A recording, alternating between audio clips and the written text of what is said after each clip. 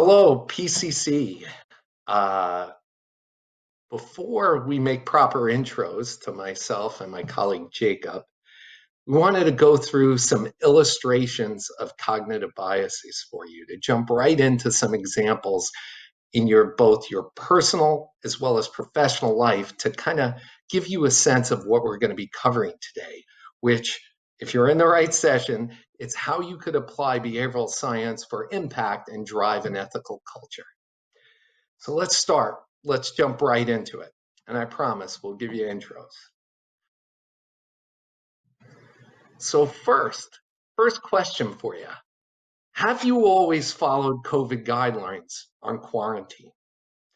Now, shouldn't this be an easy question because we have an audience full of compliance professionals, right? Of course, we're following policies, we're following guidelines all the time, we're encouraging others to. But have you always followed the explicit guidelines when it comes to quarantine? Even when that time you were in the supermarket and you heard you came in contact with someone just barely, et cetera, et cetera. Did you balance your decision with all of the positive deterrence efforts you were doing ahead of time? Because if you did do that balancing, you might have been exhibiting the unconscious bias of moral regulation. Or did you think about, what are my family and friends doing in a similar situation? Are they quarantining when this fact pattern happens to them? Well, if you had that thought go through your head, maybe you were exhibiting conformity bias.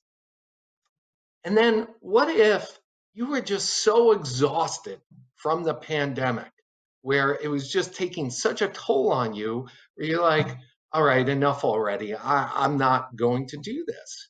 Well, you might have been exhibiting the cognitive bias of ego depletion. And what if all three were at play, which could be even more powerful? So think about it. So now let's bring an example back to the pharma compliance community that we have before us here. Have you ever heard this in your organization? In the grand scheme of things, driving performance and helping patients are more important than sticking to T&E policies. Well, we all know that those T&E policies not just help fraud against the company, but potential fraud with healthcare professionals. And we hear yet sometimes employees balancing and making this balance to say, hey, I'm doing good over here. Can't you give me a little slack on this other thing, which I deem trivial? So with that, Jacob, could you share with us some thoughts about the moral regulation bias that comes into play? So, and I'm happy to do this one because I personally have this one. I make these trade-offs all the time, and I notice it. So moral regulation is a bias whereby you unconsciously justify bad decisions by thinking about the things you've done well. Maybe I went to the gym this morning, and so tonight, if I want that extra piece of cake, that feels more comfortable. So I'll give you an example from academic research to bring this to life. They had people write a paragraph about themselves using some adjectives that they'd given them. And then they gave people a chance to either donate money to charity or volunteer their time. Now, half of the people got words like mean or greedy, and the other half got words like kind or generous. And what they found is that people who had written paragraphs using those nice words were much less likely to then donate money to charity or donate their time to a researcher in need. Whereas if they had spent some time talking about how they were mean and greedy, that morally good opportunity looked much more attractive. So what about this? What about, have you ever heard this? Well, I've seen others on my team feed entire healthcare professionals' offices. Why can't I do that? Well, we know there's the Pharma Code occasional amount of meal guidelines. We know that that's at the heart of this, but did you know that this kind of everyone doing it behavior could be exhibiting this powerful unconscious bias of conformity bias? So Jacob, you want to share with us some thoughts on conformity bias? Yeah, and hopefully the audio is resolved so everyone can hear me. Conformity bias is another bias whereby when you're in a group and everybody in the group is doing something, you feel the urge to do the same. So my favorite example of this is that they put people in a group with a bunch of Confederates, and they showed them a series of lines, and they said, which of these lines is the short line? And one of them was obviously shorter. And they had all the Confederates point to one of the long lines and say, that's the short line. And what they found is that even though the answer was obvious, many people agreed and still pointed at the long line as being the short one. So conformity bias can be a very powerful influence on our decision, even when we know that something is incorrect. Yep. And now we're going to take you to another, and we're going to actually have this as a survey question, where we're going to bring it back to the pandemic, just because it's a, behavioral science experiment in our face. And it makes this a bit personal to everyone. And here's the question. Did you fudge your answers around vaccine pre-qualifications to get ahead in the COVID vaccination line? And the choices for the survey are yes, no, or depends on the definition of fudge. Let's see what respond.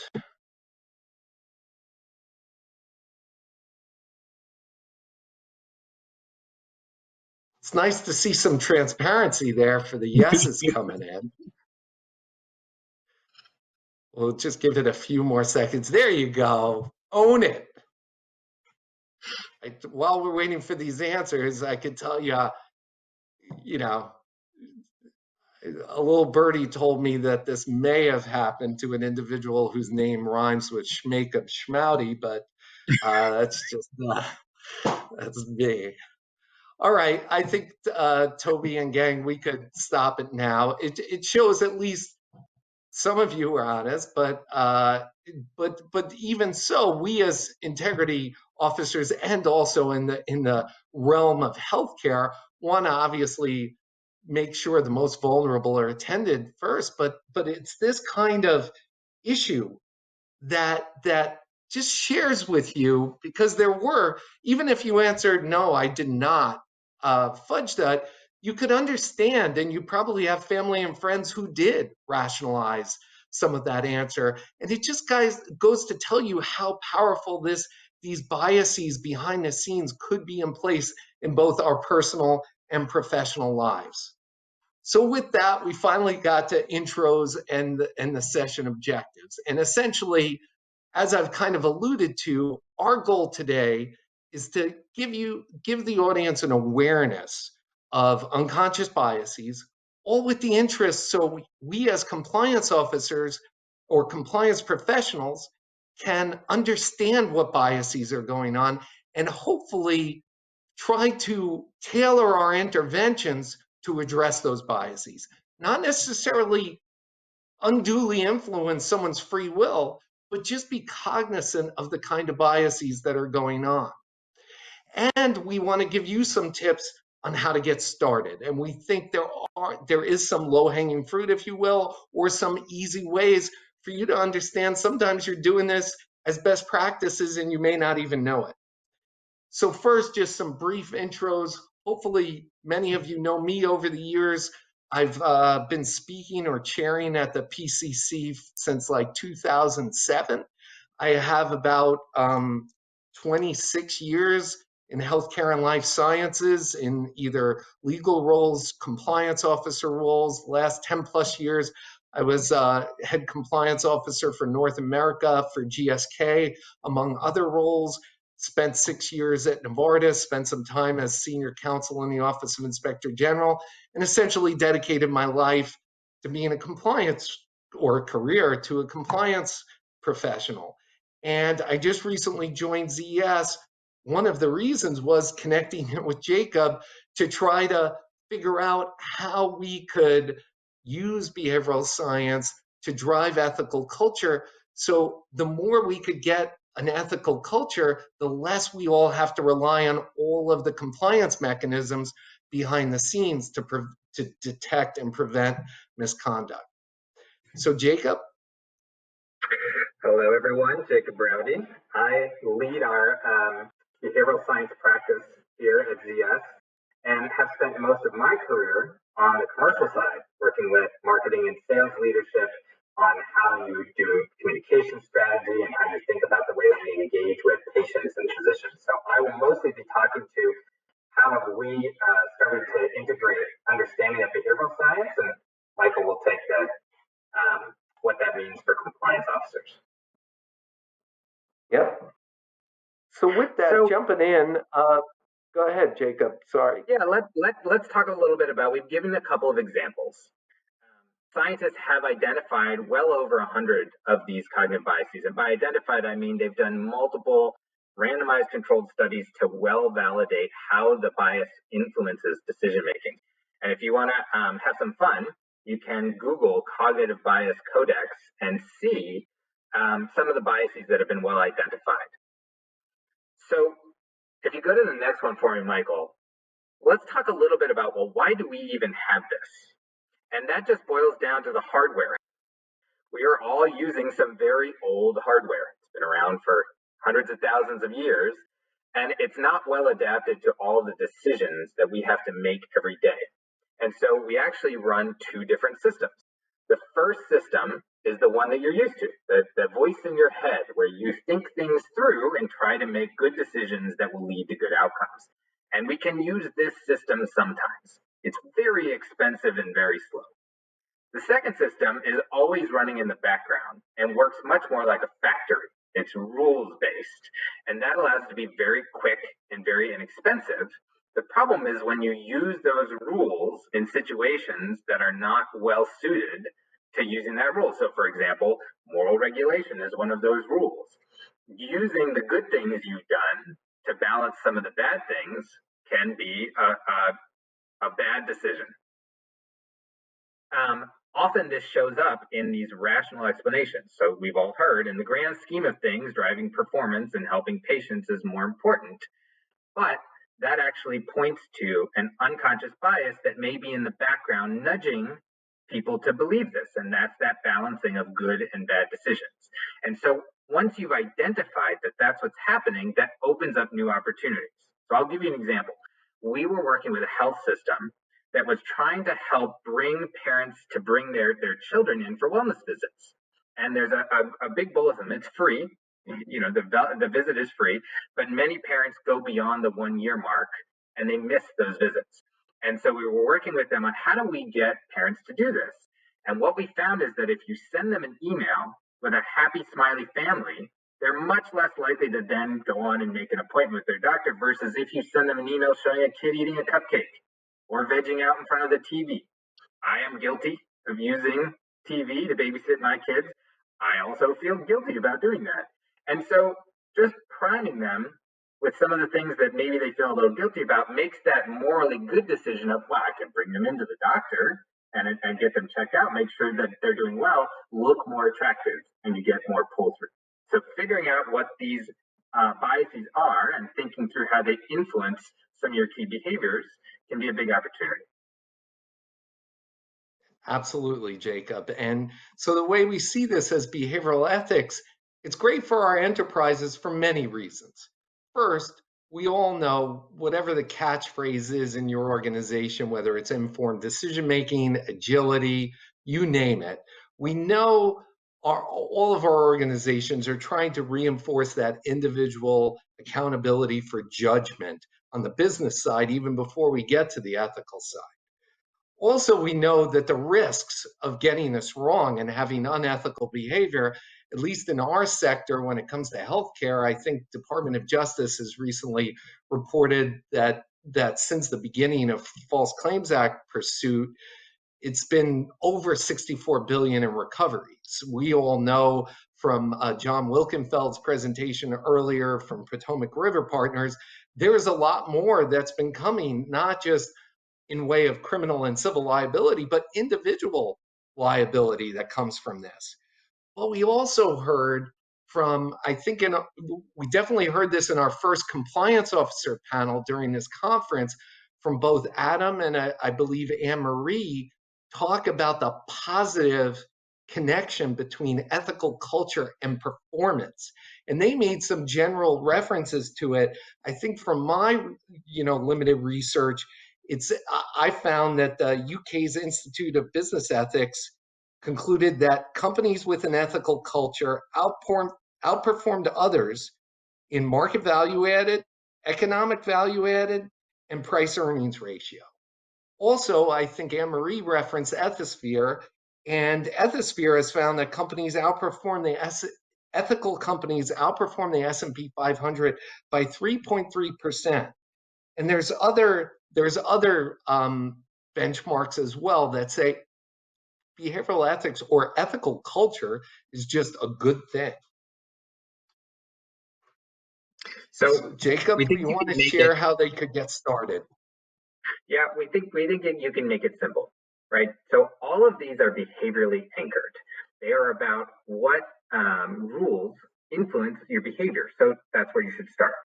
A team discussion on what are the behaviors that are most critical to us influencing is a good place to start then thinking about, well, what behavioral science principles could help us. So once you've aligned on a target behavior, then you need to take a scientific approach. So going and looking at the list of biases that have been well defined and thinking about which ones might influence this behavior. Should we look at moral regulation? Should we look at conformity bias? We're going to talk about embodied cognition later. Should we look at that one? And you can go to Wikipedia and look those up. There's lots of resources where you can look up what are those biases. And the reason we say you should take a scientific approach is because we have consistently seen that guessing does not work. Even when you have experts guess, oh, it's probably this bias. When you go and test it, quite often they're wrong. So talking to the sales team, sales leaders, and trying to understand which of these biases do we think is really happening in the background will make your targeted interventions much more effective. And so that's the next step. Once you've identified what these biases are, thinking through, well, maybe we want to show them pictures of their kids vegging out in front of the TV in order to encourage these moral decisions or what have you, would be the last part. Yeah, so let's bring this to life. Let's bring those 3 steps that Jacob just went through with you to life a bit. So when he mentioned that first step of targeting the behavior, what could that look like for us as pharma compliance professionals? Well, we have a survey question to ask you about it because these are 4 behaviors that might be relevant to you. So if the organizers could put up the survey question. There we go. So which of these behaviors do you think most needs to be addressed in your organization? First one could be deflecting individual accountability for managing risk and just relying on throwing it over the fence to compliance and legal. Oh, they'll catch it. Number 2, shifting perception of compliance from being overly restrictive or a police to a positive enabler. The third one, embracing inaction because informed decision making is too hard. Oh, there's risk there. I just don't want to do it.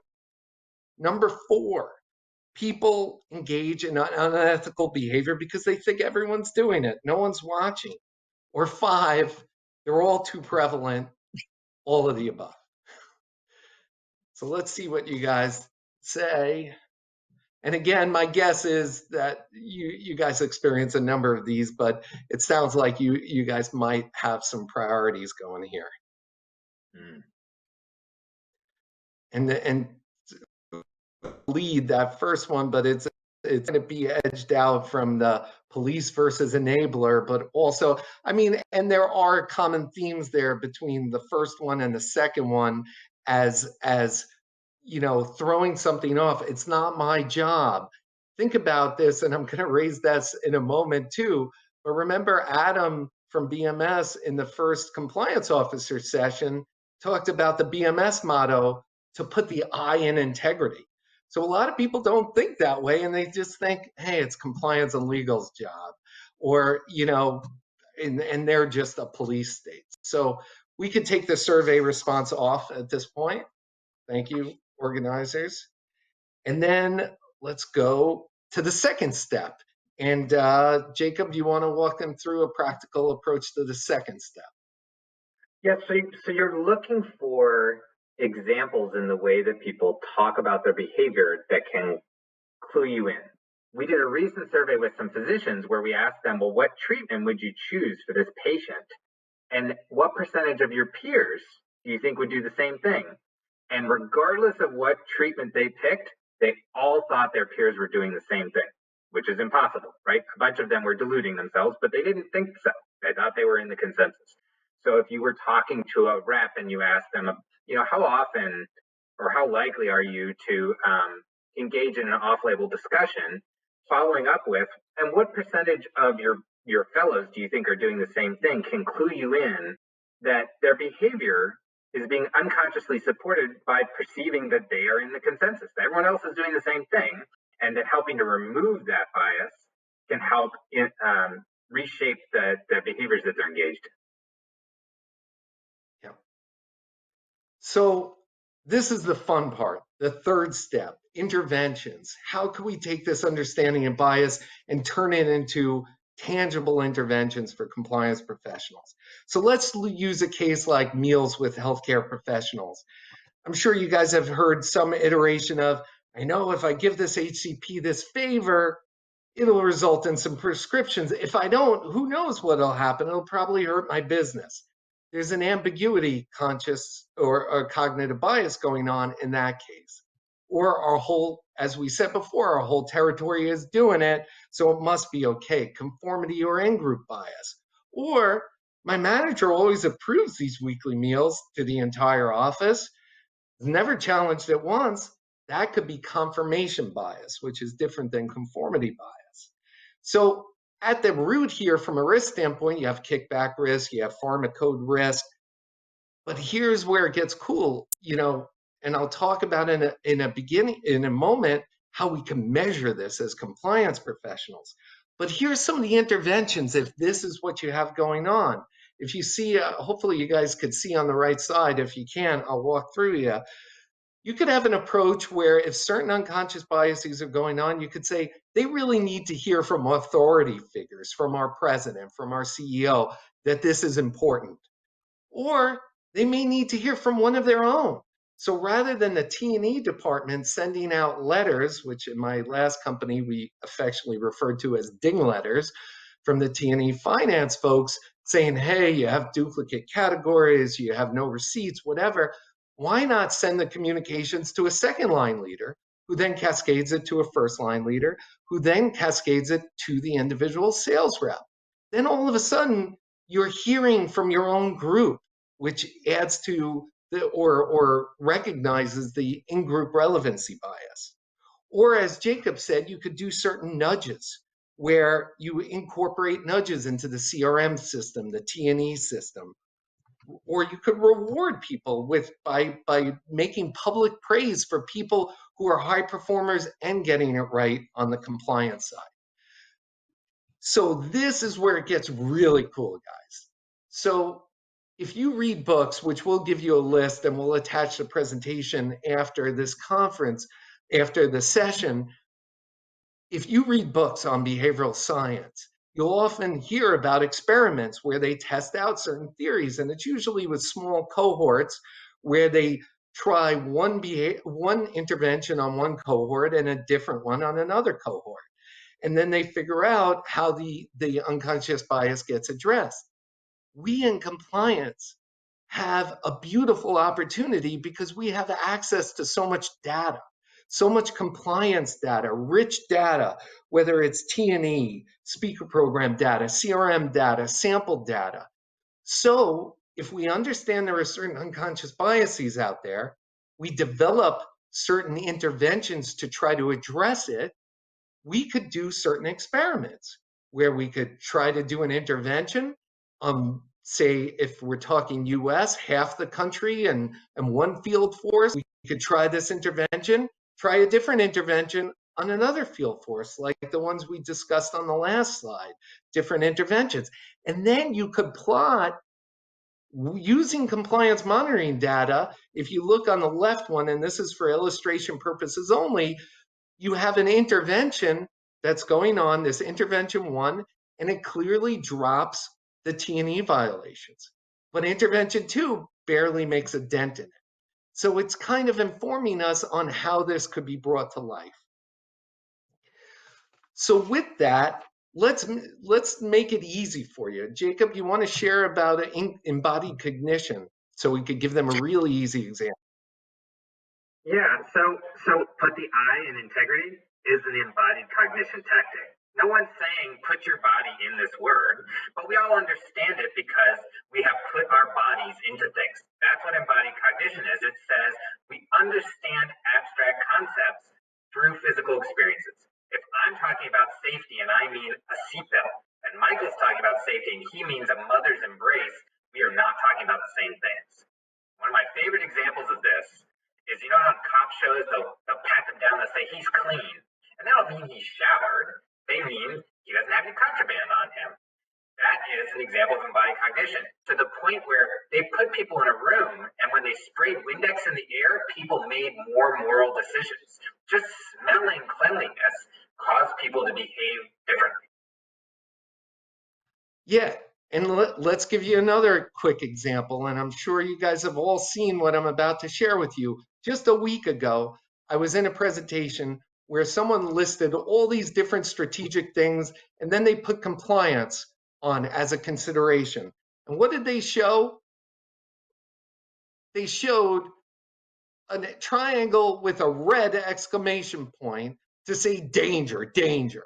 And that was the compliance consideration. Now, why is that? Why, and why do we facilitate that bias?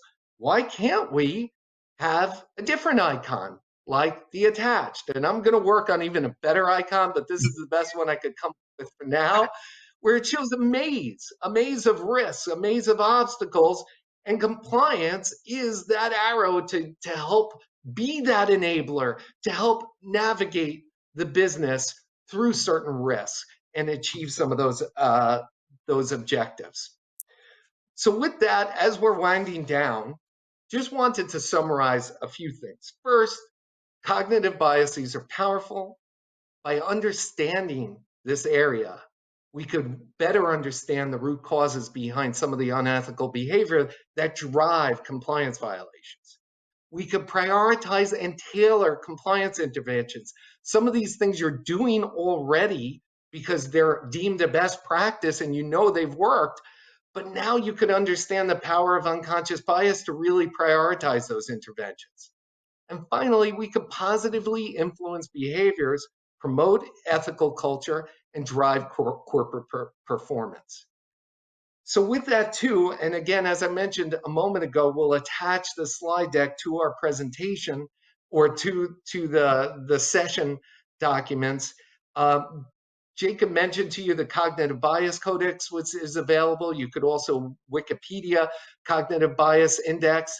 There are also a number of good books out there about System 1, System 2 thinking. There's Kahneman's book, Thinking Fast and Slow. There's Predictably Irrational by Dan Ariely. There's Nudge by Richard Thaler.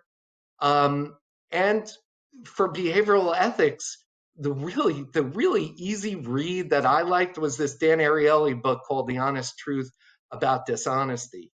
And then there's one of our colleagues, Todd Howe, who's spoken at PCF meetings, who's also written papers on behavioral science. So with that, here's our bios. It's in our attached presentation. Jacob, any last words? No. If there are any questions, we're happy to answer them in the little bit of time we've got left. Or if you want to shoot us questions or to me via the Congress communication mechanisms, feel free to do so, or shoot us emails afterwards since we got about 5 seconds left. So thanks for everyone's engagement. Hopefully this was powerful for you. Thank you.